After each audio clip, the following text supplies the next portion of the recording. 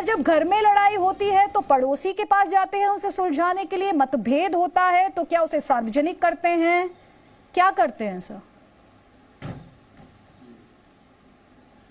देखिए, मुझे वो समय याद है जब मोदी जी प्राइम मिनिस्टर बने थे, उसके बाद गए थे जापान में जाके बोलते हैं कि हिंदुस्तानियों को हिंदुस्तान में पैदा होते हुए शर्म आती थी जब तक मैं देश का प्रधानमंत्री नहीं बना। ये राहुल गांधी जी नहीं, ये मोदी जी बोले थे। फिर वो अमेरिका गए, वहां कहते हैं हिंदुस्तान जो देश है वो स्कैम इंडिया होता था। ये मोदी जी के शब्द हैं। और जब हमने ये पार्लियामेंट में सवाल उठाए तो इनके जो दिवंगत नेता हैं अरुण जेटली जी, वो ये कहते हैं पार्लियामेंट के फ्लोर पे कि भाई ये तो इंटरनेट का जमाना है, बुराई करो चाहे यहाँ करो चाहे वहां करो, चाहे देश में करो विदेश में करो, फर्क क्या पड़ता है। ये तो बीजेपी वाले अरुण जेटली जी बोले हैं और आज ये हमें उपदेश दे रहे हैं। देखिए दिक्कत क्या है मोदी जी के साथ, वो अपने आप को बीजेपी का प्राइम मिनिस्टर समझते हैं और जब विदेश जाते हैं तब भी वो ये सोचते हैं मैं तो बीजेपी का प्रधानमंत्री हूं। वहां जाके कांग्रेस को गालियां देते थे, ये आप सबको पता है और आज हमें उपदेश दे रहे हैं। तो देखिए ये अपनी गिरबान में जाके देखना चाहिए। मुदित अग्रवाल जी, जहां तक हिंदुस्तान में आप जिस तरह से बात कर रहे हैं सर, चाहे इलेक्शन कमीशन हो चाहे इंस्टीट्यूशन, सर सिलसिलेवार तरीके से आगे बढ़ेंगे। मुदित अग्रवाल जी, आपने ये कहा बीजेपी ये करती थी, मेरा सवाल बीजेपी को लेकर है ही नहीं, मेरा सवाल कांग्रेस पार्टी को लेकर है, मेरा सवाल ग्रैंड ओल्ड पार्टी को लेकर है, इस देश की सबसे पुरानी पॉलिटिकल पार्टी को लेकर है। सर प्लीज इस बात को समझिए, कांग्रेस पार्टी से सर्टेन एक्सपेक्टेशंस है, कांग्रेस पार्टी से सर्टेन उम्मीदें की जाती हैं। राहुल गांधी उस पार्टी के बड़े नेता हैं, जब वो अंतर्राष्ट्रीय प्लेटफॉर्म पर इस तरह से इस देश के बारे में बात करते हैं तो सर सवाल उठते हैं, आप उनसे भाग तो नहीं सकते। देखिए दिक्कत हिंदुस्तान में इस समय यही तो है, जो सारे सवाल है वो ऑपोजिशन से पूछे जाते हैं। कोई प्रधानमंत्री से सवाल नहीं पूछता, कोई गृह मंत्री से सवाल नहीं पूछता, कोई बीजेपी से सवाल नहीं पूछता। और राधा मैं ये कहूंगा किसी की जरूरत और हिम्मत नहीं है जो मोदी जी से सवाल पूछ ले, अमित शाह जी से सवाल पूछ ले, बीजेपी से सवाल पूछ ले, और मीडिया की तो खासकर हिम्मत नहीं है। तो देखिए ये भी तो सोचना मीडिया को चाहिए ना कि आजकल भी सवाल ऑपोजिशन से क्यों पूछे जाते हैं, सरकार से यहाँ कोई नहीं पूछता सवाल। तो आप मुझसे ये कह रहे हैं कि राहुल गांधी जाकर, सुनिए सर, अब आप मुझसे ये कह रहे हैं कि राहुल गांधी के स्टेटमेंट के लिए, सर अब उपदेश बहुत दे लिया आपने, उपदेश दे लिया आपने। आप सुनिए मेरी बात सर, सुन लीजिए सर, राहुल गांधी का स्टेटमेंट है तो राहुल गांधी से सवाल नहीं पूछेंगे?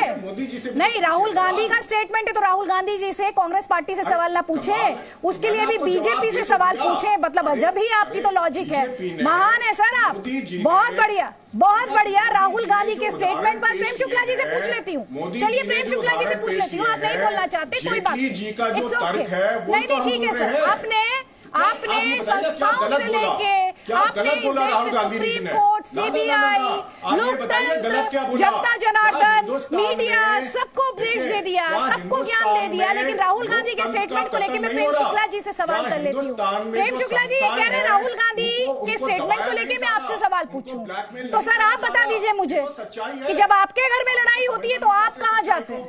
आपको भी सच्चाई को समझना चाहिए। सर मुझे तो सच्चाई दिख रही है, मैं सच्चाई रिपोर्ट कर रही हूँ। आप में मुझ में यही डिफरेंस है, मुझे डिफेंड नहीं करना है किसी को, मुझे किसी को बचाना नहीं है, मुझे सिर्फ सवाल पूछना है और वो सवाल मैं पूछ रही हूँ। और प्लीज आपके पास सवाल का जवाब नहीं है तो आप डिवेल मत कीजिएगा। सो आपने कहा बीजेपी से पूछिए, अब राहुल गांधी के स्टेटमेंट को लेकर मैं प्रेम शुक्ला जी से सवाल पूछ रही हूँ, तो पूछने दीजिए अब मुझे ना सर। आपने अपने टाइम पे बोला नहीं, अब सुन लीजिए, अब पूछ लीजिए, सुन लीजिए ना आप।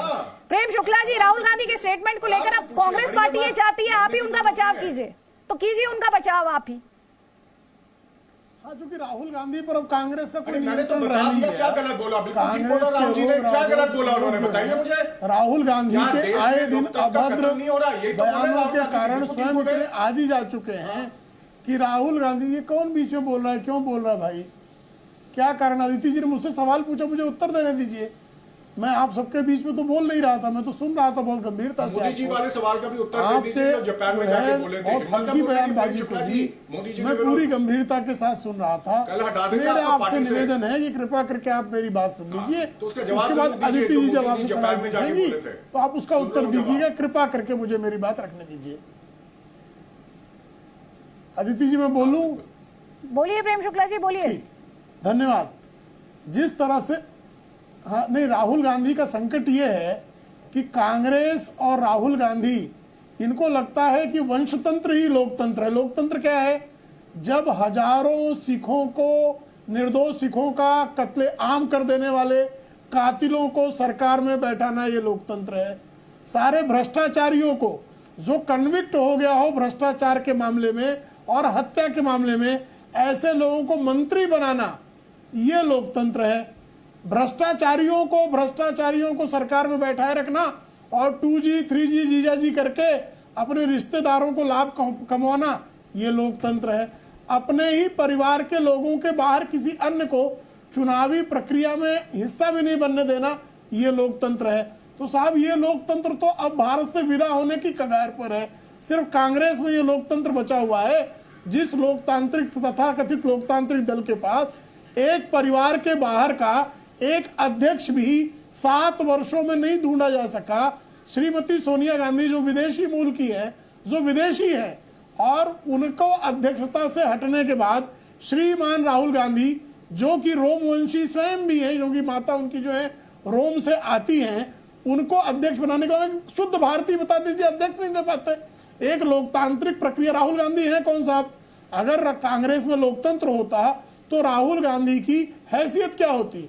राहुल गांधी कोई हैसियत ही नहीं होती, ठीक है, आपको जवाब देना चाह रहे हैं कांग्रेस में। लेकिन क्योंकि कांग्रेस में लोकतंत्र नहीं है, लोकतंत्र है, मुझे जवाब जो वहां पर जो है लोकतंत्र की दुहाई देने का अधिकार शुक्ला जी जरा शांति रखिए, शांति रखिए शुक्ला जी, शांति रखिए, शांति रखिए, मुझे बोलने दीजिए। बड़ी ये लोकतंत्र की बात कर रहे हैं राहुल गांधी की तरह अभद्र और असंस्कारी बीजेपी में आज तक। शुक्ला जी जरा शांति रखिए, उन्होंने मेरे को काउंटर दिया, अब आप चुप रहिए जरा 2 मिनट। हाँ, शांति रख रहा हूँ, उदित अग्रवाल की तरह बदतमीजी नहीं, पार्टी डेमोक्रेसी की बात कर रहे हैं। बीजेपी में आज तक कभी भी राष्ट्रीय अध्यक्ष का चुनाव हुआ है? आज तक हुआ है? अमित शाह जब बने थे चुनाव हुआ था, नड्डा जी जब बने थे चुनाव हुआ था, जवाब दीजिए। जब वेंकैया नायडू जी बने थे चुनाव हुआ था?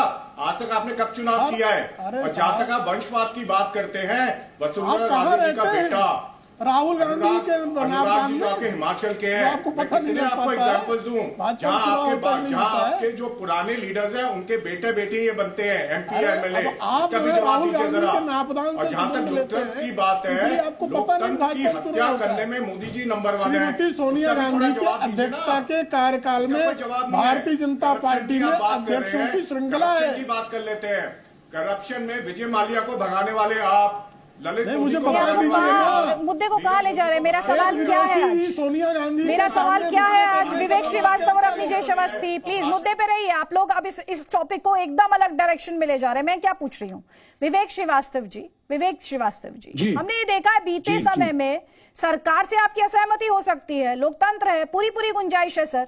सुप्रीम कोर्ट पर अविश्वास, संवैधानिक संस्थाओं पर अविश्वास, संसद पर भी अविश्वास, चुनाव आयोग पर भी अविश्वास, उदित अग्रवाल जी जैसे जिन्हें मीडिया पर भी अविश्वास, तो फिर भरोसा किस पे है? जी नहीं, देखिए अभी ऐसा है, कई बार आजकल मीडिया में आप देखेंगे कि विपक्ष की सभी पार्टियां, हम लोग भी बोलते हैं कि भाई साहब एक तो अघोषित आपातकाल चला हुआ है और इतने सारे मीडिया कर्मियों को भी प्रेशर में कई बार चैनलों से भी रिजाइन करना पड़ा है, आपने भी देखा है।